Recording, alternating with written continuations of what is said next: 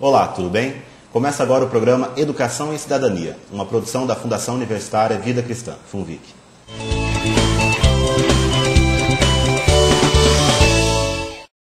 Das crianças em idade escolar, entre 10% e 15% têm alguma dificuldade de aprendizagem.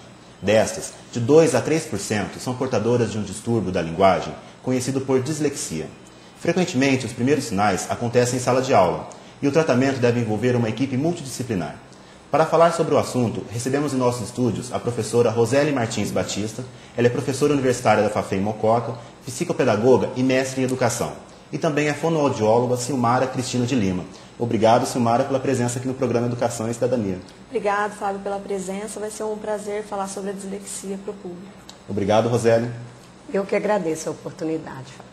Roseli, explica um pouquinho o que é a dislexia. A dislexia, na verdade, é um distúrbio neurobiológico, né? E ele provoca uma disfunção na área da linguagem que vai acarretar em algumas dificuldades de aprendizagem. Essas dificuldades vão aparecer em várias áreas da aprendizagem. Pode ser principalmente leitura e escrita, mas também vai haver distúrbio motor, de lateralidade, coordenação motora e algumas outras dificuldades que no dia a dia a gente vai percebendo que a criança tem também. E tem alguma idade específica para ser diagnosticado esse distúrbio, Roseli? Normalmente, o diagnóstico é pedido em torno da idade escolar, mas se a gente observar a criança desde o nascimento, nós podemos já ir levantando características que vai percebendo que essa criança tem. O que acontece é que como a criança vai desenvolvendo normalmente as outras áreas, não se percebe essa disfunção. E aí, quando ela chega na fase da alfabetização especificamente, é que começa a aparecer as dificuldades de leitura, de escrita, e aí que começa uma certa preocupação em torno dessas dificuldades, e aí faz-se o diagnóstico. Mas, normalmente, lá na educação infantil, desde o nascimento, já tem características que a gente pode começar a observar. E quais são essas características? A dificuldade na leitura, a interpretação de texto, como que funciona? A dificuldade de leitura e escrita. Na leitura, não é erros que ela comete. O que a gente tem que observar é o ritmo de leitura dela, né? E na escrita ela vai ter omissões de letras, de sílabas, até de palavras numa frase maior. Ela vai fazer aglutinação na escrita também. Há trocas, inversão mesmo de letras na sílaba.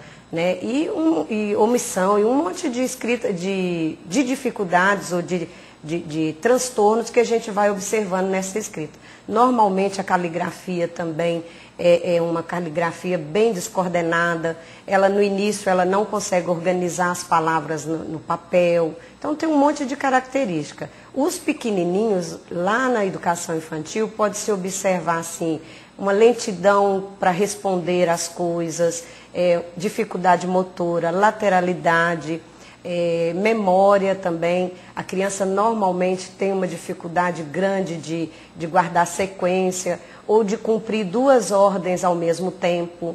Quando a gente pede a ela duas coisas, ela vai, às vezes esquece as duas, às vezes esquece uma, coisas pequenas mesmo assim. Vai ali e pega para mim um lápis e uma borracha. Ela chega lá e ela não sabe o que ela tem que pegar. E aí ela volta ou sem fazer nada, ou pega outra coisa qualquer. Então tem um monte de características que a gente pode começar a observar desde os pequenininhos e começar a trabalhar para poder a dificuldade ficar mais amena quando chegar lá na alfabetização. Silmara, a dislexia ela tem uma implicação genética? Sim. Muitos pesquisadores eles acreditam que sim, né? Mas não tem causa definida. Geralmente, quando descobre que uma criança é dislexa em casa, se você procurar saber, o pai, ou o avô, ou o tio foi disléxico. Como que é a dislexia? Como é que ela funciona? É um distúrbio neurológico? Como que ela é? Sim, é neurológico, mas é uma dificuldade na habilidade da leitura da criança, né? E o fonoaudiólogo trabalha também com as crianças que possuem esse distúrbio? Sim, trabalha, tem algumas avaliações, né? E alguns protocolos que a gente aplica nessa criança para treinamento com ela.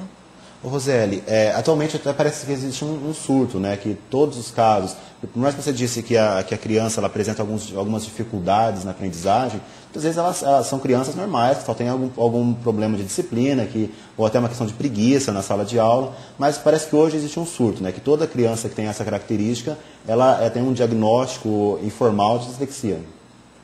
Fábio, olha, precisa-se ter muito cuidado ao fazer esse diagnóstico. Esse diagnóstico é feito por uma equipe multidisciplinar, que envolve pedagogo, psicopedagogo, fonoaudiólogo, neurologista, geralmente neuropediatra, e quem vai fechar mesmo esse diagnóstico é um oftalmologista, porque o movimento ocular da criança que possui dislexia, no momento de leitura, é diferente das crianças que não possuem. O professor, ele não está habilitado para fazer esse diagnóstico. O que tem acontecido aí é que toda criança... Pode observar o andamento da criança em sala de aula. Isso. O que tem acontecido é que toda criança com problema de leitura e escrita, o professor, às vezes, já fala que é disléxico, ou até os pais mesmo. Como está tendo uma divulgação maior, todo problema de leitura e escrita virou dislexia. É preciso ter muito cuidado, porque às vezes a gente está rotulando uma criança com um problema que vai muito além do problema de leitura e escrita em si, e vai diagnosticar ou falar que aquela criança é disléxica, e na verdade ela não tem dislexia, ela tem um problema no momento da aprendizagem da leitura e escrita que pode ser sanado, que pode ser resolvido se trabalhado adequadamente.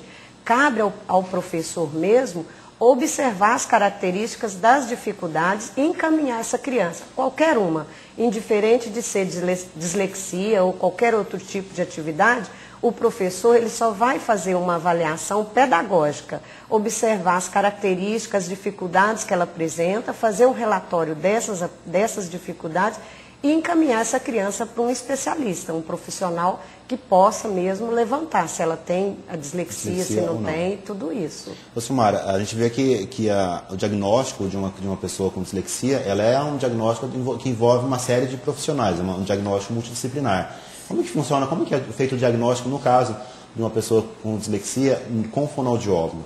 Sim, a gente aplica alguns testes, né, e são rotulados, e aí acontece a numeração lá da aplicação do teste e você descobre que a criança é disléxica. Nas trocas, na dificuldade da leitura, né? E tem eles comparam a criança com dificuldade de leitura e escrita com dislexia, mas há uma diferença entre essas duas. E quais são os casos mais comuns que chegam ao consultório? Quais as dificuldades mais comuns apresentadas para essas crianças? Na dislexia? A habilidade de leitura. Ele vê, né, a palavra, ele conhece as letras, mas ele não consegue chegar na palavra final. Ou até mesmo quando ele está fazendo uma leitura, ele pula linha sem perceber, troca palavras, inverte sílabas. Aí você consegue chegar ao diagnóstico. Isso porque existe uma disfunção cerebral, é isso mesmo? Sim. E como você sabe, poderia explicar como que funciona essa disfunção, como que é? Na verdade, do lado esquerdo, né, nós temos 3 vias e no dislexo apenas uma tem funcionamento. E na criança, né, normal, as 3 funcionam. Para entender um pouco mais sobre esse funcionamento cerebral durante o processamento de leitura, comparamos as funções cerebrais de indivíduos disléxicos com aqueles que não possuem a dislexia. Acompanhe.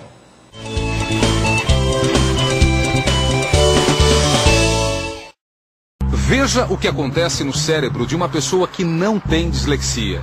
Na hora em que ela está lendo, esta área no lado esquerdo é ativada. Ali se dá a identificação das letras. Uma outra parte faz o cérebro entender o significado da palavra. E por fim, uma terceira área, mais na frente, processa toda essa informação. No caso de uma pessoa disléxica, as áreas de trás e do meio são menos ativadas do que o normal. Para compensar, nos disléxicos, a parte da frente é obrigada a trabalhar mais e até o lado direito é ativado durante a leitura.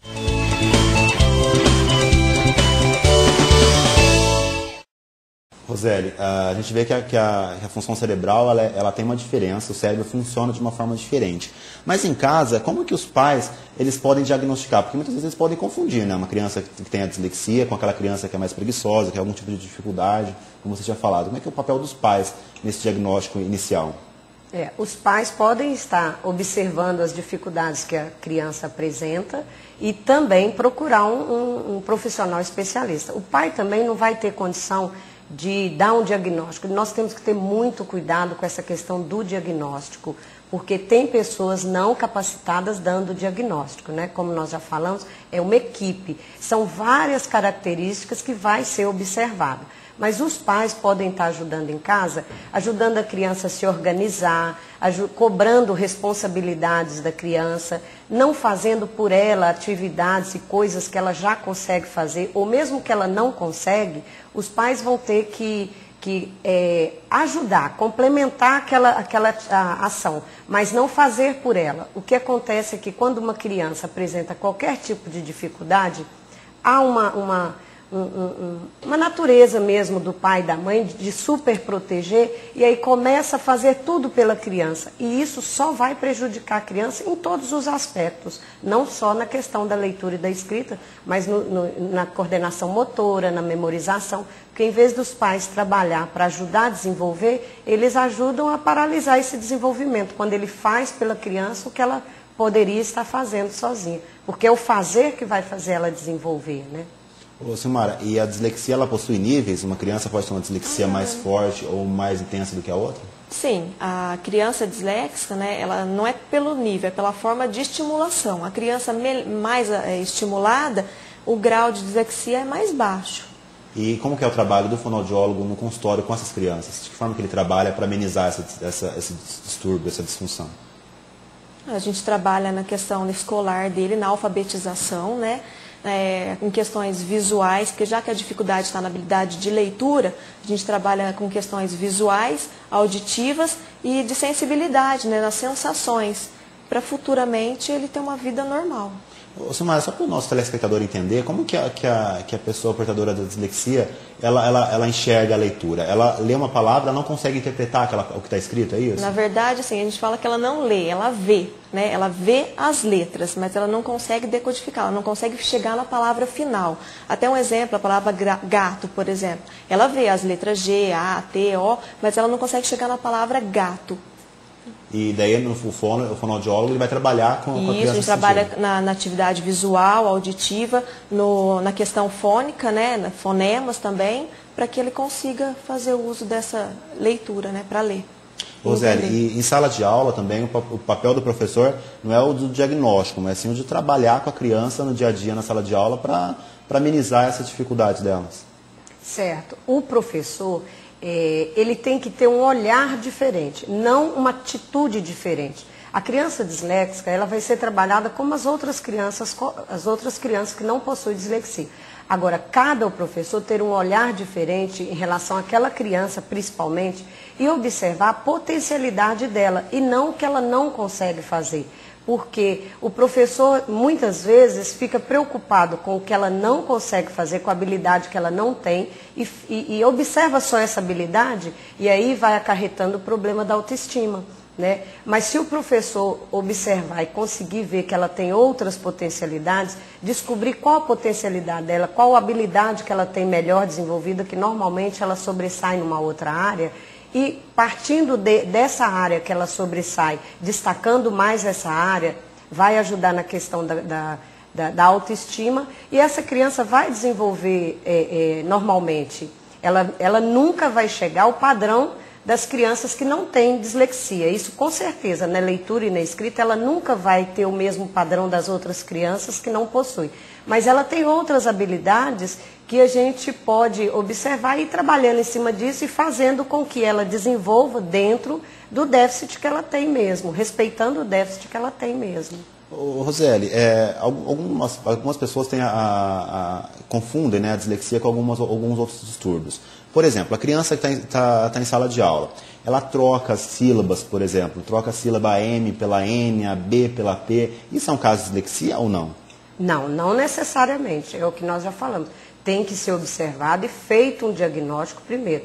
As trocas de algumas letras na época que a criança está alfabetizando, na época que ela está já não ortográfica ainda, isso é comum mesmo, por causa da sonoridade e tudo, até a fono ajuda melhor nesse sentido. É comum algumas trocas.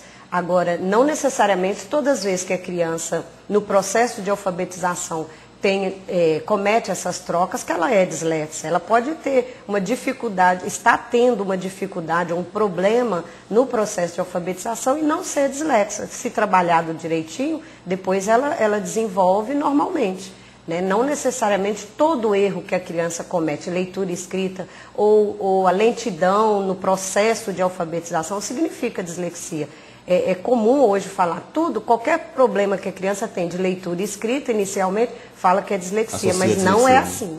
Tem que ter muito cuidado com isso. Ô, Silmara, quais são as consequências de uma criança que não recebe o tratamento adequado? Bom, o pai tem que estimular essa criança. O não tratamento é a não alfabetização, né? Podendo acarretar problemas psicológicos, sociais. E uma criança disléxica, ela consegue ter uma vida normal? Normal, são crianças inteligentíssimas, apenas com probleminha na habilidade da leitura, né? Roseli, isso que a Silmara disse, isso é frequente, a gente lê na internet, em livros, que grandes gênios da humanidade foram diagnosticados com disléxicos, né? Leonardo da Vinci, atualmente o Tom Cruise também assumiu que ele é disléxico. Então está associado, a dislexia está associada diretamente com o fator de inteligência ou não? Normalmente, já isso nas literaturas já afirmam mesmo. Toda criança disléxica, ela tem inteligência média, média alta e alta. Né? Nunca se teve uma criança com inteligência média que não fosse disléxica. Algumas literaturas falam que essa genialidade é por causa da dislexia. Não é nada comprovado, não. Mas há bastante literatura que fala isso, que a dislexia não é...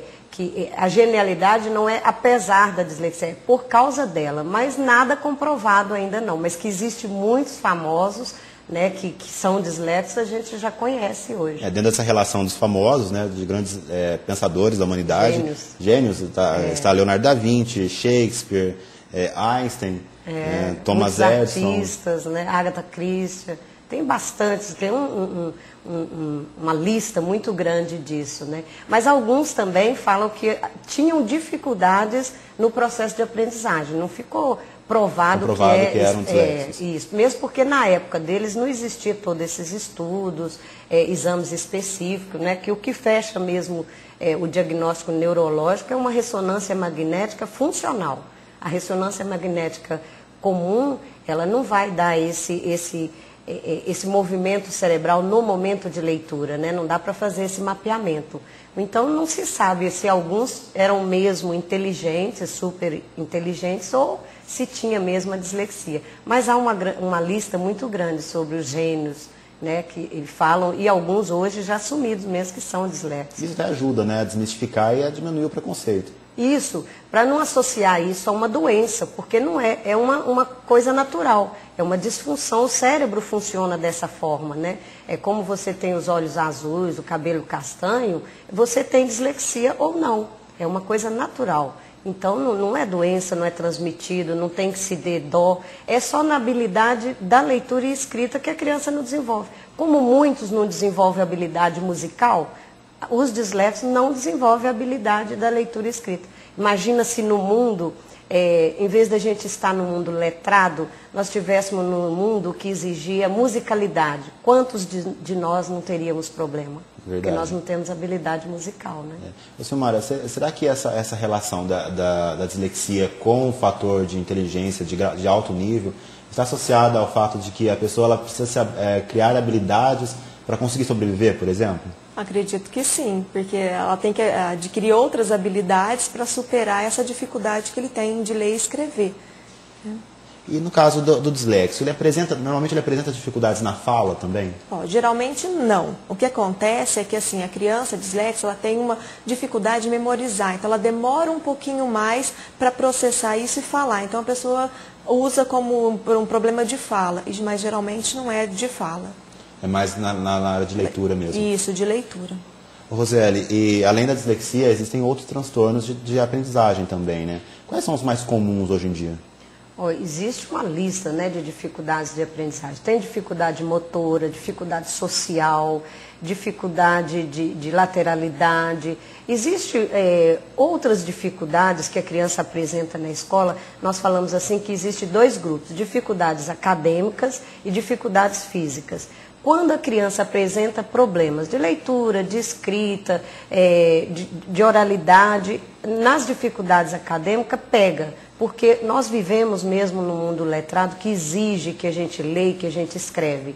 Mas quando é as outras dificuldades psicomotora, de habilidades mais físicas, então isso vai passando despercebido. Mas existe sim muitas outras dificuldades que podem até provocar a dificuldade de leitura e escrita, que se trabalhado normal, se trabalhado de acordo, a criança vem a não apresentar outras dificuldades. Mas tem várias áreas que a criança pode apresentar dificuldades de aprendizagem. Não é só leitura e escrita, não. Ô, Silmara, e o profissional de fonoaudiologia também trabalha com outras dificuldades, também com outros transtornos de aprendizagem? Sim, ele trabalha com distúrbio de leitura e escrita, com distúrbio de processamento auditivo, a questão de memória, criança com déficit de atenção e hiperatividade. Isso também é comum, então? Isso também é bem comum. E como que é feito o diagnóstico nesses casos? Também é feito com acompanhamento profissional, multidisciplinar? Isso, multidisciplinar. Geralmente, sim, a leitura e escrita, de processamento, mais o professor, fonoaudiólogo e o psicólogo, né? Nem sempre precisa do neurologista para dar esse diagnóstico. Silmara, a gente está falando muito da criança, né, da parte da alfabetização, das séries iniciais do fundamental, mas existem casos de adultos também que apresentam dislexia ou que apresentam outro tipo de transtorno, de dificuldade de aprendizagem? Sim, apresentam, mas na clínica não é comum o adulto com dislexia, tá? Nós temos um caso, assim, mais comparando o afásico, que no momento de um trauma, né, no cérebro, ele deixou a desejar nessa questão de leitura e escrita, mas não dislexia como nome final, né? Mas é comum também, Roseli, adultos apresentarem esses casos e o tratamento para esses adultos? Então, é comum porque a pessoa que nasce com dislexia, ela vai ter essa dislexia, ela vai ter a dislexia o resto da vida. Isso não tem como, vamos dizer assim, sarar. É um tratamento contínuo. É um tratamento contínuo. O que acontece é que depois da fase adulta, ela, quando trabalhada normalmente, ela vai criando estratégias para poder sobreviver no mundo letrado. E ela consegue sair super bem. Ela consegue sair de situações que pede a leitura e escrita, que ela não consegue fazer. Ela consegue contornar situações e acaba isso passando despercebido na vida adulta, né? Mas a pessoa que tem essa dificuldade, normalmente ela não se prontifica a ler e escrever diante dos outros, ela evita situações que ela tem que ler e escrever, que ela tem que se expor nesse sentido. Mas o dislexo, ele vai carregar a dislexia para a vida inteira. Silmara, as crianças e adolescentes que possuem a dislexia, em sala de aula, nas escolas, eles têm por direito algum tratamento diferenciado? Sim, tem. Na verdade, o encaminhamento para o SUS também, né? Tem fila de espera. Mas tem, sim. Agora, a questão de audiometria, o processamento auditivo não existe ainda. A audiometria, sim, mas o exame de processamento, outros diagnósticos, não conseguem. E a dislexia é considerada um trabalho de inclusão em escolas ou não, Roseli? Olha, Fábio, eu acho que deve-se ter cuidado quando se fala em inclusão. Eu prefiro dizer o trabalho de diversidade. Nós temos que atender dentro de sala de aula, o professor tem que aprender a trabalhar na diversidade, porque cada sujeito é único. Então, não é incluir, porque ele vive no mundo, ele é uma pessoa que tem habilidades, outras habilidades comuns. Então, nós temos que trabalhar individualmente. O professor na sala de aula tem que aprender a desenvolver um trabalho que atenda às necessidades de todos. Não todos não vão ter dislexia, mas todos têm especificidade, coisas individuais e necessidades individuais que têm que ser desenvolvidas, que têm que ser trabalhadas. Então o professor precisa aprender a trabalhar, não buscando a homogeneidade, buscando a heterogeneidade mesmo, né? Cada um desenvolve num ritmo diferente, de uma forma diferente e num tempo diferente também. Bom, no programa Educação e Cidadania de hoje, eu conversei com a professora da Fafem e mestre em Educação, Roseli Martins Batista, e com a fonoaudióloga Silmara Cristina de Lima. Obrigado, Silmara, pelas informações e pela entrevista. Obrigado, Fábio, pelo programa. Obrigado, Rosélia. Eu agradeço a oportunidade. Acompanhe agora o Momento de Reflexão com o capelão da FUNVIC, professor reverendo Luiz Henrique Fernandes Vieira.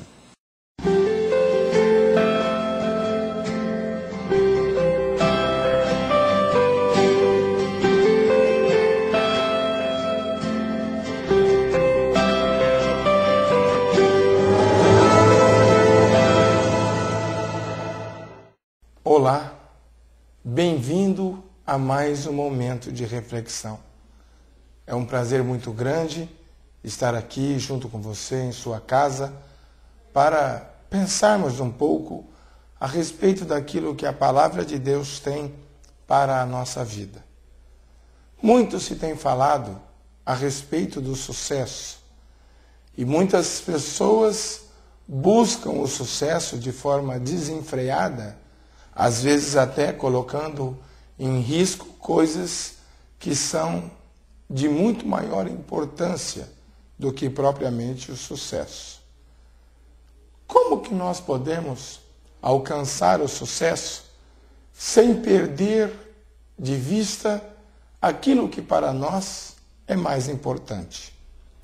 Eu gostaria de me utilizar de uma história que está lá no Evangelho de São Lucas, no capítulo de número 5. Conta-nos o seguinte a história. Aconteceu que, ao apertá-lo a multidão para ouvir a palavra de Deus, estava ele, Jesus, junto ao lago de Genezaré. E viu 2 barcos junto à praia do lago, mas os pescadores, havendo desembarcado, lavavam suas redes. Entrando em um dos barcos, que era de Simão, pediu-lhe que o afastasse um pouco da praia e, assentando-se, ensinava do barco as multidões. Acredito que o primeiro requisito para que você encontre um sucesso que lhe traga alegria, felicidade, não somente a você, mas às pessoas que estão ao seu lado, é entender que tudo aquilo que fazemos, tudo aquilo que possuímos ou alcançamos deve estar, em primeiro lugar, a serviço de Deus. Aqueles homens que eram pescadores estavam ali depois de uma noite de trabalho, não tendo alcançado muito êxito na sua caminhada, eles já estavam se preparando para o descanso, para logo mais à noite voltarem ao mar. Mas Jesus, necessitando do barco para que pudesse falar às multidões, pede-lhes que eles pusessem o seu barco à disposição do mestre. Imediatamente, assim eles o fizeram.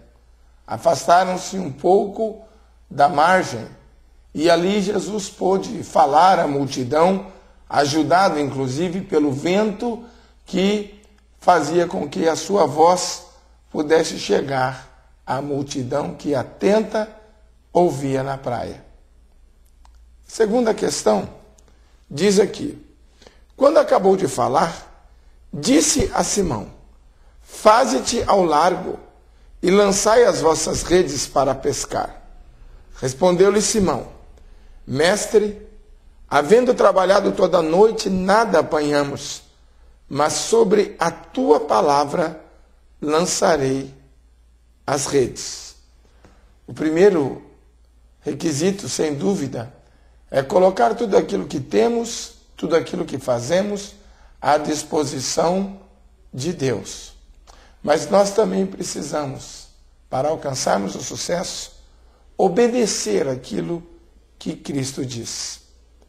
Aqueles homens conhecedores do seu trabalho sabiam que o melhor horário para a pesca não era pela manhã, era à noite. E assim eles o fizeram. Mas tendo trabalhado durante toda a noite, nada apanharam. Então, pela manhã, quando Jesus Cristo disse a eles que eles deveriam lançar as redes, eles não contenderam com Cristo. Eles disseram: segundo o que conhecemos e segundo o nosso costume, a nossa experiência, nós sabemos que essa não é a hora de lançar as redes. mas sobre a tua palavra, sobre aquilo que o Senhor disse, sobre a ordem que o Senhor deu, nós lançaremos as redes. É exatamente nisto que precisamos crer. A palavra do Senhor, ela é um guia prático para o sucesso. A palavra do Senhor nos traz direcionamentos exatos para alcançarmos o sucesso. Isso fazendo, apanharam grande quantidade de peixes e rompiam-se-lhe as redes. Então fizeram sinais aos companheiros do outro barco para que fossem ajudá-lo, e foram e encheram ambos os barcos ao ponto de quase irem a pique. Nós precisamos entender que o nosso sucesso não deve trazer apenas ganho, bem-estar e satisfação a nós. Nós precisamos colocar o nosso sucesso também à disposição das pessoas que estão ao nosso lado. Aqueles homens, quando viram que as suas redes estavam cheias, não somente pediram para que os seus amigos, que também não tiveram bom êxito naquela pescaria da noite, pudessem ir ali para ajudá-los a apanhar as suas redes para dentro do barco, mas também para que eles também pudessem ter a provisão daquele dia. Muitas pessoas tentam buscar o sucesso sem se importar com o fracasso das pessoas que estão ao seu lado. Em tempos de sustentabilidade, nós precisamos crer que há uma necessidade de divisão de lucros. Há uma necessidade de colocar à disposição do outro aquilo que nós temos ganhado. Porque quando todos alcançam uma possibilidade maior, a possibilidade de ganho se torna ainda melhor. O sucesso só é bom e eficaz a você quando ele faz que você tenha admiração pela ação de Deus. Diz assim: vendo isto, Simão prostrou-se aos pés de Jesus, dizendo: Senhor, retira-te de mim, porque sou pecador. Pois à vista dessa pesca que fizeram, a admiração se apoderou dele e de todos os seus companheiros, bem como de Tiago e de João, que eram seus sócios. Disse Jesus a Simão: não temas, doravante serás pescador de homens. Muitas pessoas, quando alcançam sucesso, a primeira coisa que eles fazem é se esquecerem de Deus. Salomão, o sábio, orou a Deus dizendo o seguinte: Senhor, não me dê tão pouco que eu venha a envergonhar o teu nome e passar necessidade. Mas também não me dê muito, para que eu não venha a me esquecer de ti. Aqueles pescadores, eles se admiraram pelo poder que Jesus demonstrou, trazendo sucesso àquela pescaria. E eles não se esqueceram, muito pelo contrário. Eles se admiraram a ponto de prostrarem-se e adorarem o Senhor pela maravilha que havia feito naquela manhã. Eu espero que você, na sua caminhada, tenha a possibilidade de sucesso, tendo sempre em mente que aquilo que você tem, que possui, deve estar à disposição de um bem maior. Pense nisso. Que Deus muito lhe abençoe e dê condições a você para buscar, para alcançar e estabelecer uma vida de sucesso. Até o próximo programa.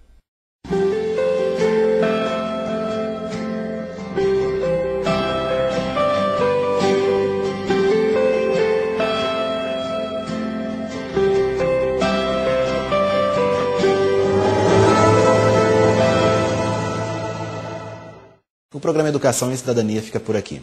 Você pode participar do nosso programa, enviando dúvidas ou sugestões por e-mail e ainda acompanhar as entrevistas na íntegra pela internet, através do site www.funvic.org.br.